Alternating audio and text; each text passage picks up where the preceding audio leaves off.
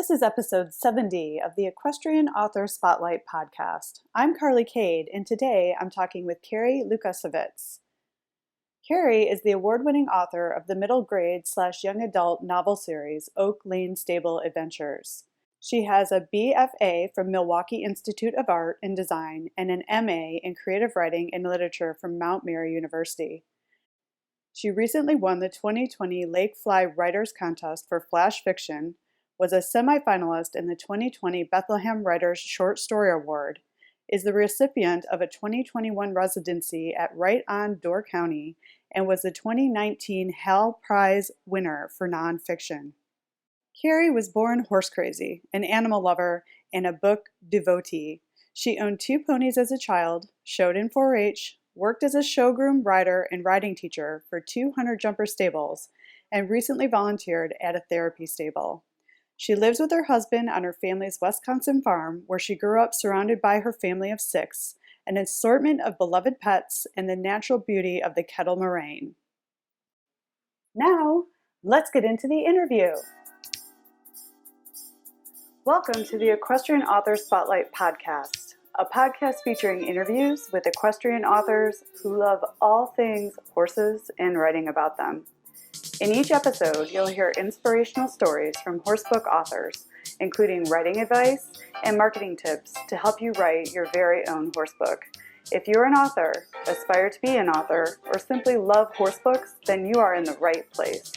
I'm your host, Carly Cade, and creative writing makes my spurs jingle. Hi, everyone. Welcome to the Equestrian Author Spotlight podcast show. I'm Carly Cade, and today I am so excited to have fellow author Kerri Lukasavitz on the show with me today. Hi, Kerri. Welcome. Hi, Carly. Thank you for having me. This is so exciting. It is fun. And Kerri is just such a wonderful person because we had some technical difficulty the first time we tried connecting. She lives somewhere rather remote, so the internet connection was pretty intermittent. So now she is sitting in her local library. They've given her a room that she could reserve so we can have a great conversation without any technical difficulties. So thank you for doing that, Kerri. So we Sure, can talk absolutely. today. Sure, absolutely. So there's always something, right, with technology. Of course. But there's always a workaround. You just have to stay patient and figure out the way to do it. The way I love to always start these interviews off is because we're all horse lovers here. We all love to write books about them and read books about them. So Kerri, can you tell us how your love affair with horses began? It began when I was born. It was just something that I always just loved. I just knew from the time I could walk that I just really loved horses. I think it was probably the second word or the third word I learned, mom, dad, horse. But I haven't ever had a fear of them. And so anything, puzzles, books, anything. I sort of had this plastic horse that was on springs that I think was pretty popular back then. And I would sit on that. My mom could do anything in the house because she knew I would just sit on the horse and ride this horse until she had to take me off of it to make, lunch or something like that. And I would just have such a fit to try to, I didn't want to get off of it. So I knew at some point that I was probably going to be involved with them in a much more professional manner than just loving them kind of thing. So I have never, ever outgrown my horse phase, as my parents called it. Yeah, I think you just described a lot of people's journey and just sort of pop out of the womb loving horses. And then you have to have the puzzles, the bags, the wardrobe, the breyer horses, everything that goes into that. And I love that you brought up like the horse on the springs. I had that too. It was a palomino, like a plastic palomino, and then on all 4 corners were springs and you could bounce on it. Oh my gosh, I don't even know if they still make those, but that's awesome. So they're probably really dangerous or something too, but we didn't care, right? Yeah. But I was so mad when I outgrew it because I loved it. And I had this little pair of cowboy boots that were beautiful, but when I outgrew them, I had to give them to my younger brother, and I cried because they didn't fit anymore. Oh my. So, I know. That's so funny. I can totally associate with that. And then, so the love was there immediately. Absolutely. Yep. Now, did you wind up having a horse in your life as a young woman or as an adult? Like, did horses, like the real thing, come into your life at some point? They did. When I was, I think, in fourth grade, because my mom really loved animals, and we actually moved to a farm that had 10 acres. It was an old dairy farm. And when I was in fourth grade, I must have just said I would really love a pony. And my mother, went out and bought a pony. I think he was like $15, the best little Shetland pony. His name was Briggs. And we were really lucky because he was absolutely sweet. He didn't like men, but that was because he had foundered. And every time the vet would come, they'd twist his ear to give him the shots and stuff. And so he never really liked guys, but I loved him. Mm. And I hated to outgrow him. And then I got a second pony when I was in eighth grade, who was a half Arab, half Welsh pony, who was very strong when he would get very conditioned, ran away with me twice, dumped me in the middle of a croquet game, and ran through the neighbor's prize flowers. He would show flowers. And so my pony just ran right through the flowers. This neighbor's like yelling at me, stop your pony, or, get him under control. I'm like, I would if I could, kind of thing. So, and then I had some neighbors. The area where I live had a lot of people with horses. And I actually was able to show one of the neighbors' horses in 4-H. And then high school happened and, sort of life started changing. And I eventually went to work at a hunter jumper stable here in Wisconsin. And I was there for, I think, almost 4 years, and then moved to Texas, also doing hunter jumper barns. And then was kind of burnt out after 5 years of 90-hour weekdays. And I sort of stepped back from it a bit. But eventually, every so often, on and off, I would train and teach lessons and so forth. And then I volunteered at a therapy stable a couple of years ago, maybe 4 years, and just to have a horse fix and just to go and groom and tack up and smell like horse when I came home. The cat, loved that, but I haven't had a horse, for a while. So, Yeah, it sounds like it has been a consistent thread through your entire life, oh, sure. and you're still getting your horse fixed, which is so great. And it's something that non-horse people will never understand. Nope. Mm-hmm. A, the runaway horse, Yes. which I can totally associate with. More than once, yes. And B, the smell of horses on your horse. clothing when you come home, Yep. and that satisfaction. Mhm. Yeah. And then your love of horses sort of brought you around to your author career. So can you tell us a little bit about what led you to the author's life? Like, why do you write? Like, where did this come from? I've always loved books. I mean, I have been a voracious reader since I was maybe 4 years old, when I would beg my mother to please teach me how to read. I just love books. And so I love stories. And I was given a diary by my aunt when I was 10 years old, which I wrote in for a little while until my older brother insisted on pretending to be a detective. And he would find my diary and take a bobby pin and actually pick the lock. And so I learned at an early age that I really, you couldn't be honest about your writing in a way, because somebody could find it and it could get you into trouble. At that time, I also read Harriet the Spy. I've forgotten the author's name, but I love that book. But she got into a lot of trouble when she would make her notes in her notebook. So I think in a way I put it aside for a while. And then eventually I sort of went off and became an interior designer. And in 2008, when everything sort of tanked for the economy in the United States, I lost my job. It was a very lucrative job. And as much as I tried to find another one, the whole country was just kind of going crazy. And so at the time, and even maybe a year before that, I started to notice writing books sort of appearing on my bookshelves. The Sound of Paper by Julia Cameron, or The Right to Write, or Natalie Goldberg. Suddenly all these books are on the shelf. And I'm like, I thought I was going to be an architect and go to grad school for that. And pretty soon I just was sort of pulled toward going to graduate school to do writing. And I was originally going to go for journalism, as I love memoirs and people's stories. I just am fascinated with it. But I immediately veered off to write novels. I was like, I'm going to write a novel. So I just really sort of went off in that creative writing, where I studied literature and novel workshops. So that is cool. I mean, it's almost like I was meant to do it. Trust me, it was a Yeah. calling. Mhm, Yeah, exactly. Wow, that is a really neat story. mhm. And then so this is a great opportunity for you to, tell us about your Oak Lane Stable Adventures Horsebook series. Like, where did the inspiration for writing that come from? Obviously, I think it started with the springy horse that you had It when you was. were a little girl. But talk to us about your horsebook series. Right. So I have two of them. So Mystery Horse, so I don't want to do this too fast. This is actually his second cover. He's Mm, being redone, which is really exciting. So I started Mystery Horse in graduate school. He was a 20-page homework assignment. mm, And how am I supposed to write a novel? I've never done this before. It was only my second semester in school. mm, And I had two novel classes. I was told not to do that. But of course, I thought I'm there, right? So why not take two novel classes, right? So mhm, I kept one as an adult novel class, and then the other one, they had a writing for middle grade and young adult readers, which I loved. I mean, the whole time I was in school, I was more attracted to writing for children, and so I took all the classes I could with that. mm. So Mystery Horse is actually a middle grade. The series is a middle grade young adult stories. Now, I didn't know what to do, and so my teacher's like, or the professor's like, just go ahead and choose something that you might be interested in, or something you have some knowledge about. So I thought, well, I'm just going to write about horses.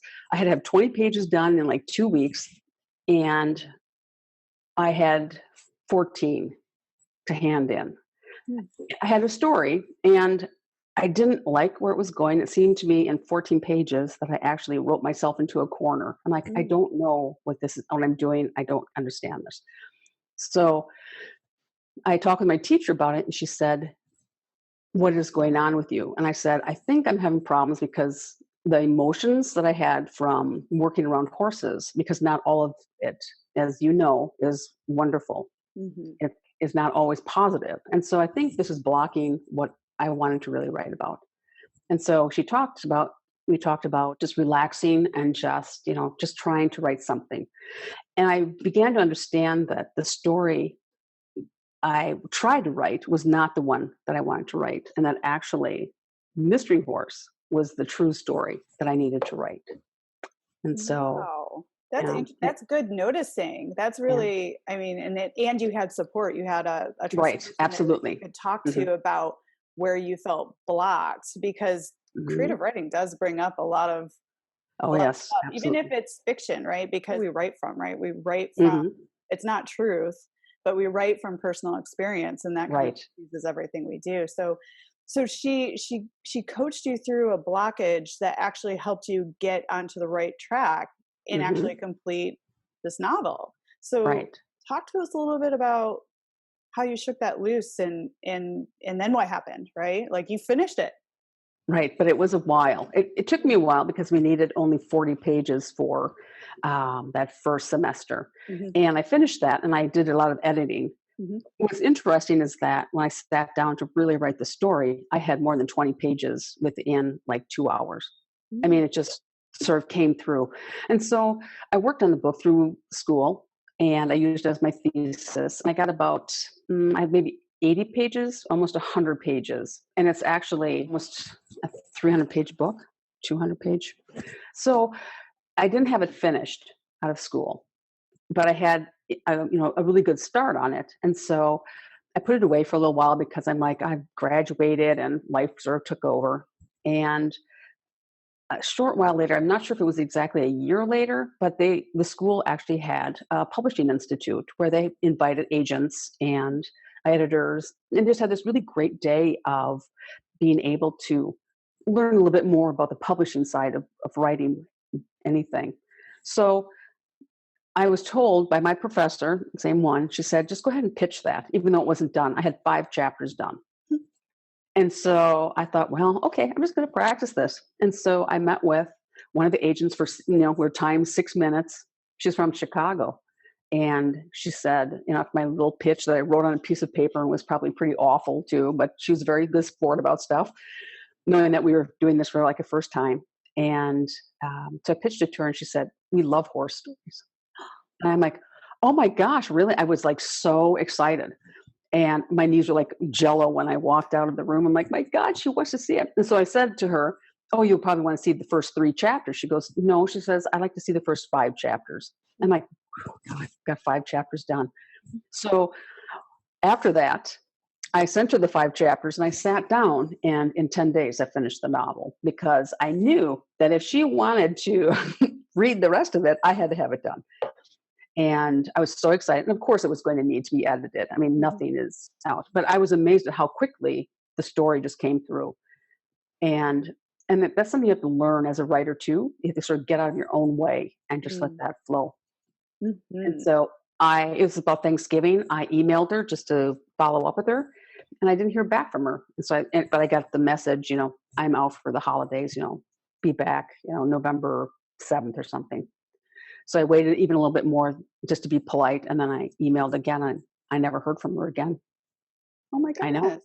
I know. But here I was thinking, oh my God, this is so easy. Everybody complains about this. Okay. So the next 2 years, I had nothing but rejections, rejection, rejection, rejection. And on one day, and I was very good about, researching the agents that I sent it to. I would look for agents who liked horses, or who were definitely middle grade and young adult, because not all. I mean, they're very specific about who they want to represent. Mm-hmm. And so on one day, I received 5 rejections on it within 2 hours. Oh my goodness. I'm like, I felt so badly for the story that I'm like, is it so bad? Is it so horrible? So I put it away for almost a year. I refused to send it out, and I thought, this is just ridiculous. And on a whim, I ended up going to a writing conference, and I met with a publisher who was giving a breakout session about hybrid publishing. And I liked their presentation, and I thought, maybe I'll send it, because they really like children's work. So about 2 weeks after hemming and hawing, like, well, I think I'll just send it to them. So I sent it to them, and within maybe 10 hours, maybe not, I don't even think it was 12 hours, they wrote back and said, we love this. We want to publish it.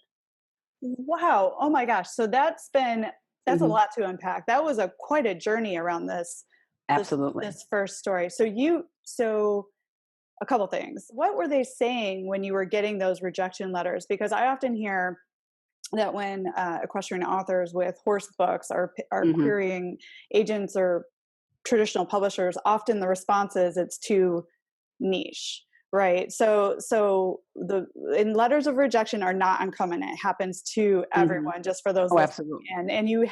And what you showed was persistence. Like you sat on it for a little while, but this whole thing, I think, had a path for you that was kind of leading you to the right place.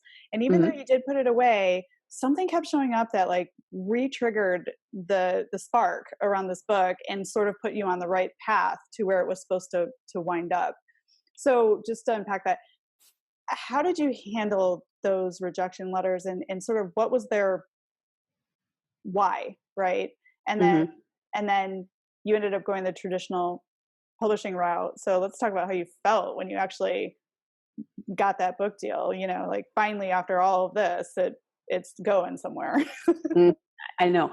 It's very frustrating. It's something you have a question that in the list about, what is the hardest part about being an author? And that's really dealing with the frustrations.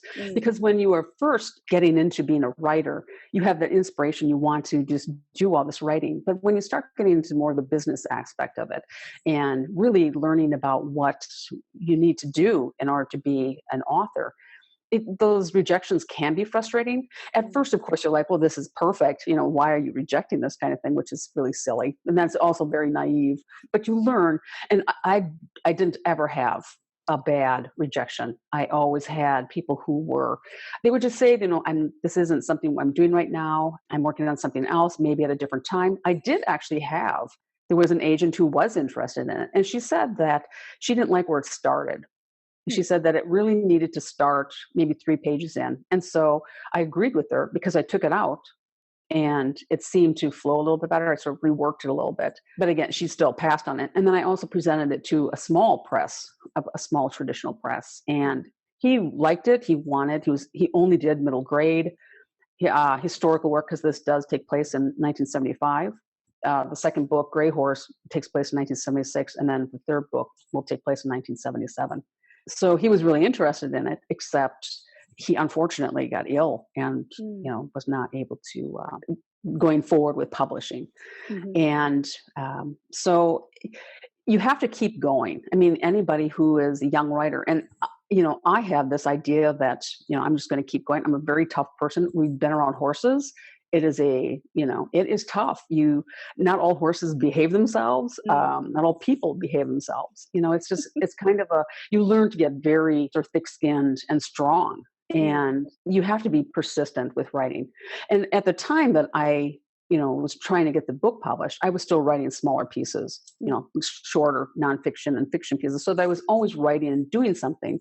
I would send those to contests, and you have to keep going. You just have to keep just pushing and trying and doing what you can to be around maybe other writers, try conferences and stuff, so that you start building your skill set and you start learning about what is wonderful, this great writing, versus putting something down thinking this is done when it really isn't. You need to really, it needs to be critiqued by other people. So yeah, and I think what you're speaking to is always while you've got a book finished, be practicing your craft and have other projects going on. Exactly. But then also, like, the thick skin side of it is more like, I think as creatives, we kind of enter the world in the beginning kind of fragile, right? Very. Yep. We don't believe in ourselves, but then you have a story to share, and the persistence actually, it does toughen you up. But I think what it really does is it helps you solidly believe in what yourself you want to be up to in the world and in yourself. Yeah. So I feel like my progression has been a little bit like that too. Like, at first you're like uncertain and careful and a little shy about your writing, but then you're like, I really have a story to tell. And you just keep educating yourself and taking one step and going to other conferences and meeting new people and having conversations. And then you get more and more inspired. And then it's like, I'm just doing this. And you jump on the train and it's like a bullet kind of thing. And it is really, absolutely. Because I think even like finding you, that sometimes, you try and you work so hard to do the right thing. We have to be doing this, this, and this, because this will lead us to this. And that's not necessarily going to happen in that order. Because sometimes you have to let go, and you have to sometimes just let things happen. Because I notice that when I don't force things, whether it's writing something or, and anything, presenting, like I have a picture book that I finished, and I've been sending that out to agents for the last, not quite a year yet, but I've had rejections on it. I've had some interest, but I've also had rejections, but you just kind of keep going and you keep trying, because eventually, because not everybody says no. So that's right. And I think all those no's lead you to the right yes. Exactly. And I agree with that completely. Yeah. Because that's like with mystery horrors. I felt really bad the first year. So I have an indie publisher who it's a hybrid publisher. So it's not traditional. We work together more as a team, but I didn't know anything, because I knew I certainly wasn't. It was like, just self-publish it. And I'm like, I don't really know anything about it. And I think you really you need to know something about it. So I had somebody with me too. And after the first couple of months, it did really well. It was around Christmas, everybody wants, horsey gift and stuff like that for those little young horse lovers. So lo and behold, here's the second book. And I had started it. I had maybe 5,000 words, because I think the disappointment I had with the first book made me not want to really invest time in the second book, and especially the third book. Everybody's like, that's got to be a trilogy kind of thing. And so I would hem and haw about writing, and I would start and stop. And I won a significant writing contest last year. And it was a nonfiction piece, actually. And in a way that just suddenly just sort of sparked that renewal, and just like, I can't give up on this. I have to just keep going. I still only had, 5,000 words, but I sat down in November and did the National Novel Writing. It's National Novel Writing Month. It happens every November 1st through November 30th, and you sign up for it online.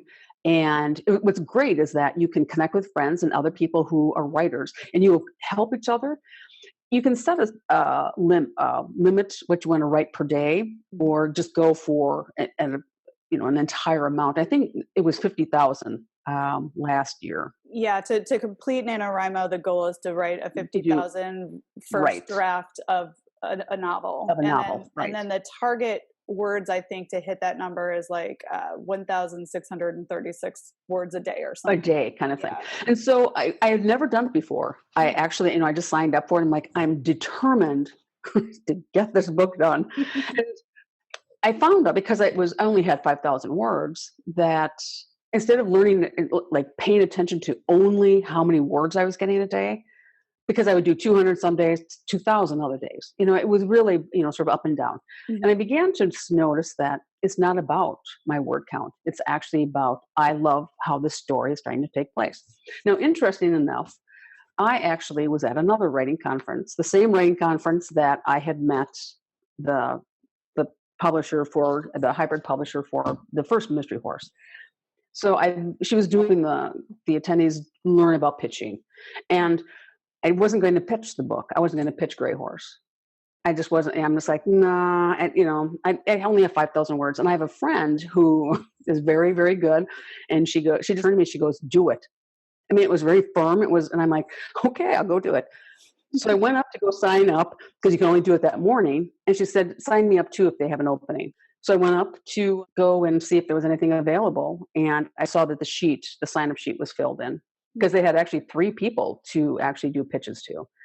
And they're all filled in. And a woman sort of walked up to me and she goes, "Can I help you?" And I said, I was going to sign up, for a pitch session or whatever, but it's already filled. And she goes, "Well, no." She comes over, takes a pen, scratches out the top, the first 2, the 9:00 and the 9:15 for this other publisher. She scratches it out and she said, "No." She goes, "You have 2 openings right there."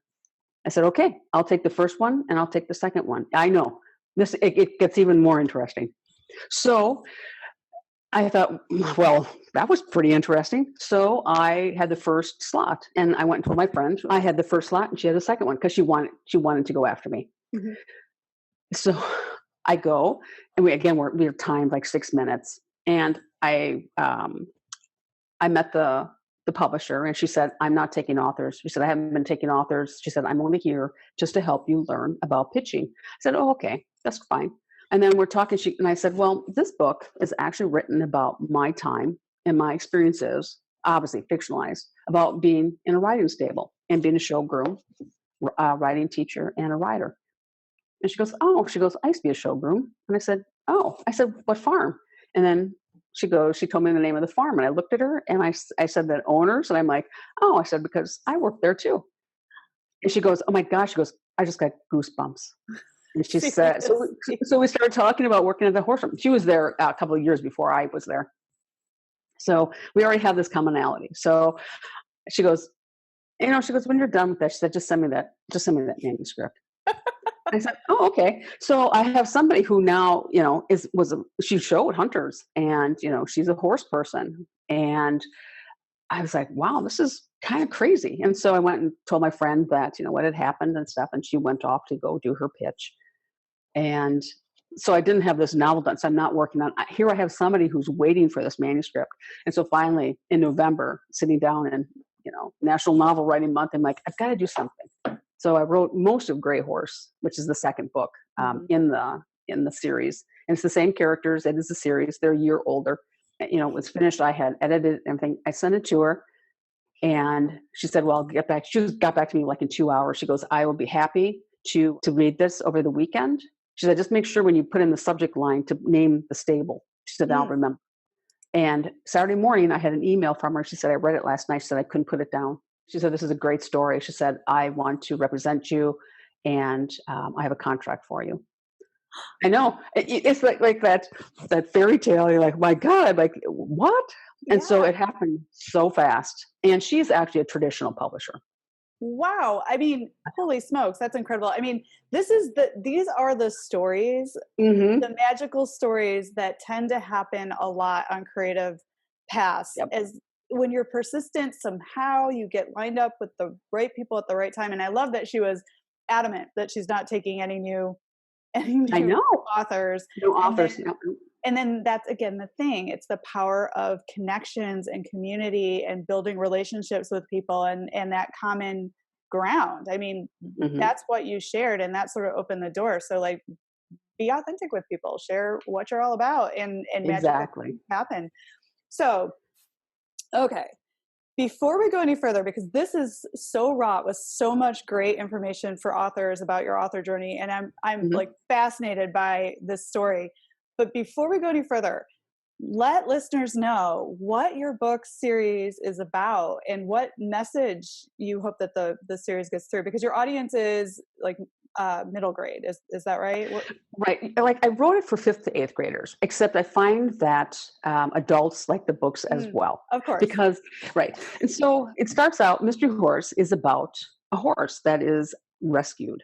So we have Cassie, who is 12 years old. It's the summer between 7th grade and 8th grade, where she and her best friends, Ingrid and Allison, are horse crazy. And Cassie has always wanted a horse. And so the book is about her journey about getting a horse, except things don't go the way she does. And what's interesting too is that I didn't know when I wrote this what horse she'd end up with. I knew which horse she wouldn't end up with, but I didn't know. Instead of just having just the main plot, we're taught to do subplots, you need to do twists, you need to have really interesting characters. So there's a lot going on. This book is not a cutesy book, maybe because there was a question too that how is your book different than others? And even though it's middle grade and young adult for a young reader, they're not like cute horse books. It really deals with the realities in a stable and what a stable life is like. We don't always get what we want, but sometimes we'll always end up with what we need. Yes, So I love that. That's a great message to have in the story. So then the rest of your series kind of, does it follow the same characters? Yep. Okay, so Yep. so tell us a bit more about where you took the series, and then is it stopping at a trilogy, or are you going to keep going? Like, are the characters still speaking to you? Okay, now when you are living your life and you suddenly have the 4th or the 5th person asking you, it's not going to be just a trilogy, is it? Because I've had it in the last couple of days. I cannot tell you. They're like, I had somebody who was talking about, she loved Mystery Horse and she loved Gray Horse. She's like, you can't just stop there. And so I wrote her back and I said that I am working on the 3rd book, Dark Horse. And I just had my friend yesterday, who I've known since 7th grade, who my other horse friend, she said that this isn't just going to be a trilogy. So she goes, there's more story here. So then you are talking about it. And then my publisher is like, this is going to be a really nice series. I'm like, well, I'm thinking just a trilogy. And she's like, I don't know about that. The sign, there's your sign. Don't ignore. Well, the thing is too, is that it so doesn't happen so often, is that the new publisher is publishing the 1st book as well. She is publishing the series. I was able to get the rights back to the 1st book because she wants it. I actually, just before I came here, had the first proof to go back over Mystery Horse because I had the opportunity to actually change it. So the whole series is now getting kind of like a facelift, and now you're going.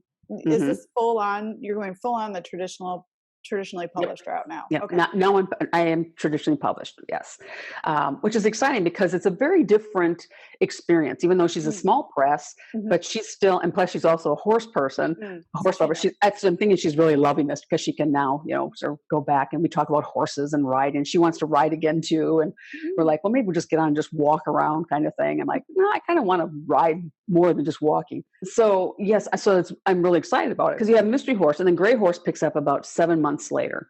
And I have started Dark Horse, which is the 3rd book. Again, that's maybe only 5 months from when Gray Horse stops. Oh, that's great. So, okay. Yeah. So there's lots of potential to follow her as she grows up.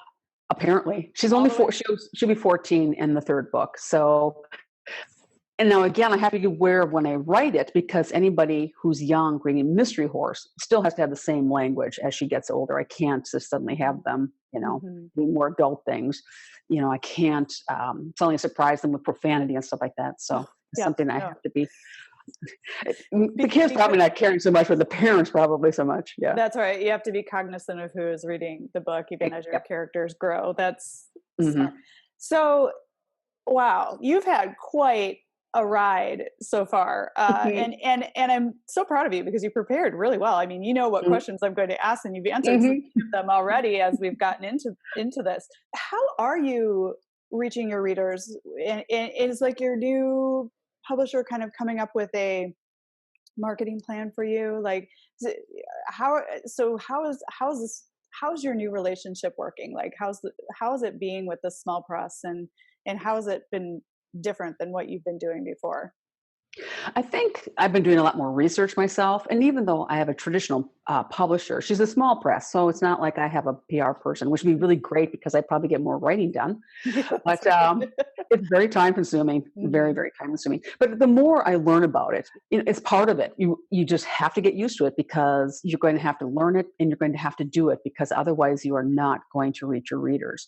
But I Mhm. do that, through social media. I have had author visits. I have, had school days where they want, literacy, and kids just absolutely love authors. We are like these crazy celebrities who write books, and they're so much fun. Mhm. I would love to actually go to horse shows, Mhm. and because of the pandemic, that certainly put a damper on that. But I would really love to, have the opportunity to go and actually meet people. Be around a horse show would be just so terrible, wouldn't it? Yeah, no. It's so hard. I know. And I do have a couple of stores, a couple of small stores here in town, in the area that Mhm. really love local authors and artists. So they carry the books. And it's just learning about social media, but it's also learning about using it more effectively. I just Mhm. redid my website. I Mhm. mean, I had to redo it because I was frustrated trying to navigate it. Mhm. Somebody told me it was like 2005, and I'm like, okay. So I'm like, that's not that long ago, was it? So it really was. It was just not. I needed something that was clean, clear, and consistent. And my domain just transferred, Mhm. Thursday night. So now that's up, and I will have a monthly, just once a month newsletter Mhm. that I'll be able to offer anybody who's interested. Mhm. And it's just about learning and growing about how to market yourself and your Mhm. work, Mhm. because no one else is particularly going to do that for you unless you hire somebody. Mhm. My traditional publisher has different markets than the hybrid did. She's been around a lot longer. Her father actually was a publisher as well. Mm. And so she sort of took over the business. Yeah, so she's got a lot of knowledge, Mhm. and they're just two different, you know, people. They have two different philosophies when it comes to publishing. But I just really want to do a really good job because I really love the stories, Mhm. and I really would love to share them with as many people. And I also have been geared more toward horse, Mhm. books for horse lovers, or, Mhm. being able to find you just on a whim, by the way, because I wanted to see what other authors who wrote horse books, what their websites look like. And all of a sudden I'm like, Carly Cade. I'm like, this is kind of interesting. And Oh, so again, you just find things, just allow things to happen. So that's awesome. And yeah, and I really like what you're saying there. It's do your research, educate yourself, take do podcasts, uh, classes. Yep. yeah, there's so much information out there. There's a lot of really great podcasts. And that's why I Hmm. started this podcast too, to help specifically authors of horse Hmm. books Hmm. with learning from each other, right? Because when Oh, we all support absolutely. each other, it Hmm. helps a lot. But there's a lot of great podcasts. There's tons of great books. There's just getting into conversations, going to conferences, but educating yourself is Absolutely. like Right. really smart. And then always remember that writing is the number one important thing. Set that time aside for your writing, but you don't have to do it all either, right? It's like learn about something, bolt it on, learn about something else, bolt it Yep. on, and do what you can manage. I love that you Right. said a monthly newsletter. That's enough, and Absolutely. It is. it's an important thing to have because you have that connection to your readers. But once a month Absolutely. is enough, and you don't have to be on social media every single day, but Mm-mm. but learning about these things so they're a resource for you. But then Right. doing only as much is enough because sometimes you can get so crazy trying to be everywhere at once You that you're can. not writing right. And Mhm. look at what really works for you, look at really where your audience is, and go there. And for you, because you write in that middle grade Mhm. area, you're probably trying to target the parents probably on social And media grandparents, yep. and Yep. grandparents. And then Yep. at these school events or the library events is probably where you're able to focus On the on children. on the Mhm. children. Yeah, Yeah, because that's a whole different strategy, right, for yeah. who your But I audience have is. Some people though too that I'm just able to, they have their granddaughters Mm. or their grandchildren, and they're like, they really love the stories, and so they may have purchased the book for them or not, but it's been actually fun to have those young fans who just, I want that next book. So Mm. it's like, That's so okay, wonderful. but I can't do, yes. If you do social media too much, then it really takes away from the writing time.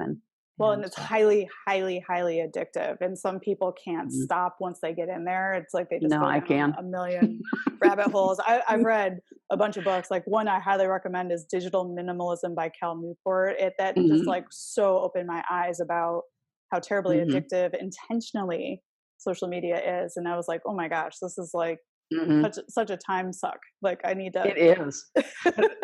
But I think I've gotten better at it because I Mhm, really love certain, and I was going to say this too, that you'll gravitate towards something that you really enjoy doing. And so I've also noticed that I've been on this now on several of the sites for some time, and some of them are not as effective when it mm, comes to reaching people. And there's some that you just really have these wonderful connections. And so I'm sort of changing the strategy or where I want to focus my time versus just sort of being everywhere because I can't be everywhere. I just can't and that's get any writing done. Yeah, no, that's super advice. So in your opinion, what are the best places for you that you're focusing on when it comes to social media rather than trying to be everywhere?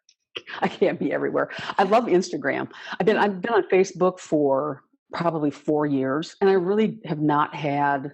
I've got a huge family. I mean, the friends mhm, and family size, but I have the author side. I make sure that is separate from each other. mhm, And I have book pages and stuff. And if there's anything new, I'll mhm, post it on there. mhm, But I find that trying to reach other people on it, and I have some groups and stuff like that, and those are fine too. But it's just not been what I thought it would be. mhm. Of course, just put your book on there, everybody will buy it, right? Yeah, no, it doesn't work that. Yeah. Facebook wants you to pay for ads so anybody will see whatever you posted. That's pretty much the only way to make it work for you anymore. Yeah. And it's just not, I have tried them and sometimes they've worked really well. Mm, And then sometimes they just haven't. I don't know. It's just, I suppose like any kind of advertising, but I really love Goodreads. I've been on Goodreads for 4 years and I've been on it maybe 4 times in 4 years, but I really have switched. I've had, watched some podcasts and talk with other authors and stuff, and they're like, you really, this has been such a you have over 100 million readers throughout the mm, world that you mhm, really need to focus on being a reader there, not mm, necessarily the author, but to make contacts with people and to get to know people. mhm, uh, Doing that, and of course Instagram is so much fun because you can talk with people. I have people I've met around the world, which is so cool. A mhm, lot of them are in England or like the UK because where all those horses are, of mhm, course. mhm, But it's just so fascinating. But I'm on Pinterest, everything else, LinkedIn, which is a little bit, if you're like a nonfiction writer, I mean, because it's geared more for business, mhm. I'm going to try to really focus more like on Goodreads and some of the other news sites. So what I'm You hearing is Goodreads. You're focusing on Goodreads, Instagram, and you love Pinterest. And Pinterest is a good place to be because it's actually its own search engine, and hmm it ranks in Google search. So it's Right. actually a smart place to be posting Hmm. things about your book and what you're up to. Uh, I mean, just there's been such a wealth of knowledge and information. It's such a fascinating story about your author journey. I wanted to ask, like, what do you wish you had known when you started out on your author journey, given that you are now where you are, rebranding your book series, thinking about continuing on from a trilogy into a longer series, having the Hmm. publisher that you have? Like, what do you wish you had known when you started out on this author dream? When I saw that question, I had to think about it for a while. I'm Mm, like, how would I have done things differently or what would I have known?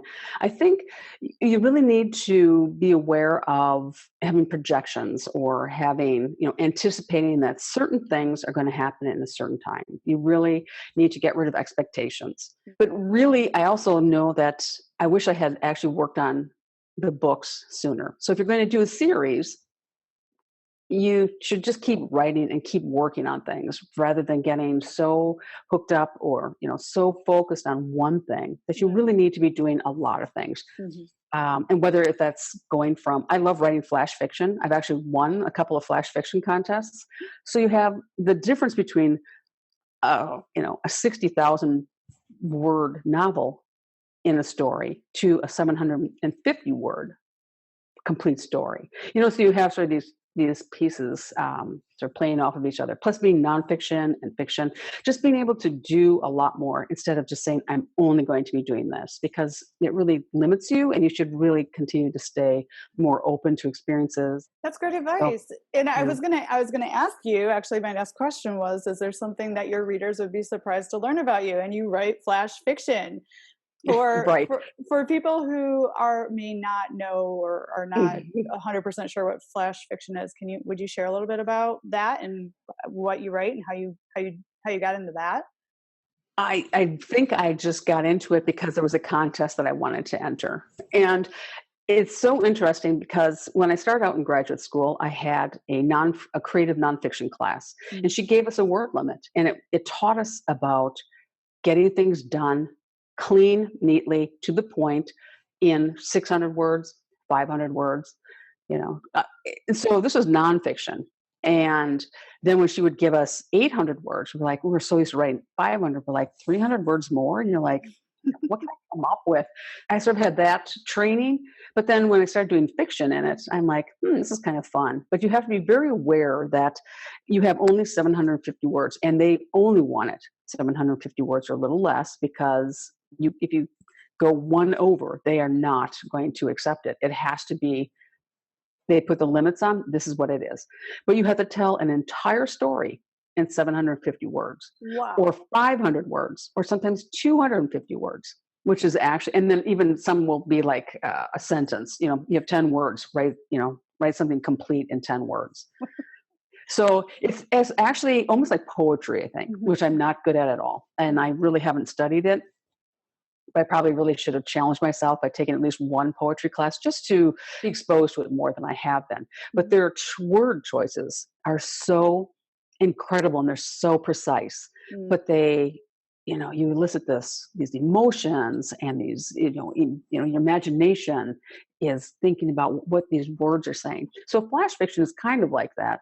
Instead of having this entire, big book to go through, you have just a couple, 3 pages or 4 pages or whatever to get that story down. And it has to be clean, it has to be tight, it has to be strong, because otherwise, it's not going to, hold people's attention. So, Wow, that's amazing. So actually working on flash fiction, I can only imagine, has strengthened your ability to tell stories just in general, right? Because you have to oh, like really get down to the nitty-gritty to get the point across. absolutely. And you only have so much time to do it. It's something that I try to encourage most writers, especially young writers starting out, is to start out with something smaller. Start out with a flash fiction piece or poetry or something while you're working on a novel, because sometimes you need a distraction from that. And when I did the National Novel Writing Month last year, I had a flash fiction piece that I sort of snuck in there because I needed a diversion from just this novel story. And so doing that flash fiction, it was quick, it was fun. I sent it off and it won. And I was like, this is just so much fun. I know, it was just great. I'm like, I should do this more often. But it's a way to get you to sort of recalibrate and to sort of think about how you're wording things. And then that actually then gets reflected in your longer work or longer pieces that you're doing. So That's cool. Do you write like horse stuff, or do you just kind of write what you feel inspired to write at the time to kind of mix things up a little bit when you do your flash fiction? it really depends. Well, I do have a short story. It's called Ponytail. It's actually, it actually came from, I believe it was a Writer's Digest magazine when I had a subscription to it, where they had the little contests, in 750 words, write a story. And the first sentence was, I'm going to disappoint you, but you already know that. And so I immediately just thought of this pony who was just naughty in a class. And the girl, of course, has had, numerous shows with them where he's this beautiful show pony, but he's not exactly consistent or reliable or honest kind of thing. And so it's told from his perspective. And after editing it and making it even a little bit stronger, I actually submitted it to the Bethlehem Short Story Award and for an anthology, because they wanted animal stories told from the perspective of the animal. The protagonist had to be an animal. And so I sent it in, and I actually was a semifinalist. Kerri, you have shared so much information with us, and I feel Mhm. like we could just talk for hours and I hours I and agree. but right now, like, what are you curious about? What's next? I mean, you're doing a lot. You're winning awards. You're, working on your book series. You're writing flash fiction. You're exploring all sorts of different things. Talk to us about where you're heading. What's next? What are you thinking? I want to learn French, as odd as this sounds, because I've actually had an idea for an adult historical fiction novel since I was in my first adult novel workshop back in graduate school. That it's about women and the dark side of art. Because I have a bachelor's degree in fine art, and it would be about how women weren't allowed to be creative. They weren't given credit for it. There's a lot of research, and even though I have studied it, it's been years, obviously, since I have. But women in art is just really fascinating. I've had this idea, and I know it has a lot of research. And so I have a pile of books for the last couple of years that are, I look at them every so often, but I really need to, this is why I thought Dark Horse would be, the trilogy, and now I can move on to this other book. It'll be dark, it's sinister, and very not middle grade. Um, but it'll also be about learning about the history of women and the struggles they had to be painters or to be recognized for their artistic and creative gifts that they've had. Oh, I had an art teacher, a drawing teacher when I was in art school who is the perfect villain. I love school. If I could have been a career student, that would have been my career path my entire life, along with horses, of course. But he's just perfect because he would stutter when he would start getting agitated with us. And, the way his hair was all dark and he would wear these black clothes, the typical artist. But when he would start stuttering and getting so wound up, he starts speaking fluent French. I mean, it was so fluent.